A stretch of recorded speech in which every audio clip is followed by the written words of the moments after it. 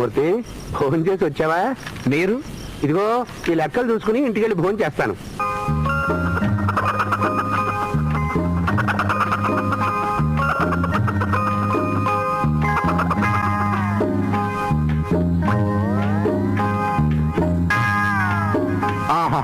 అద్భుతం.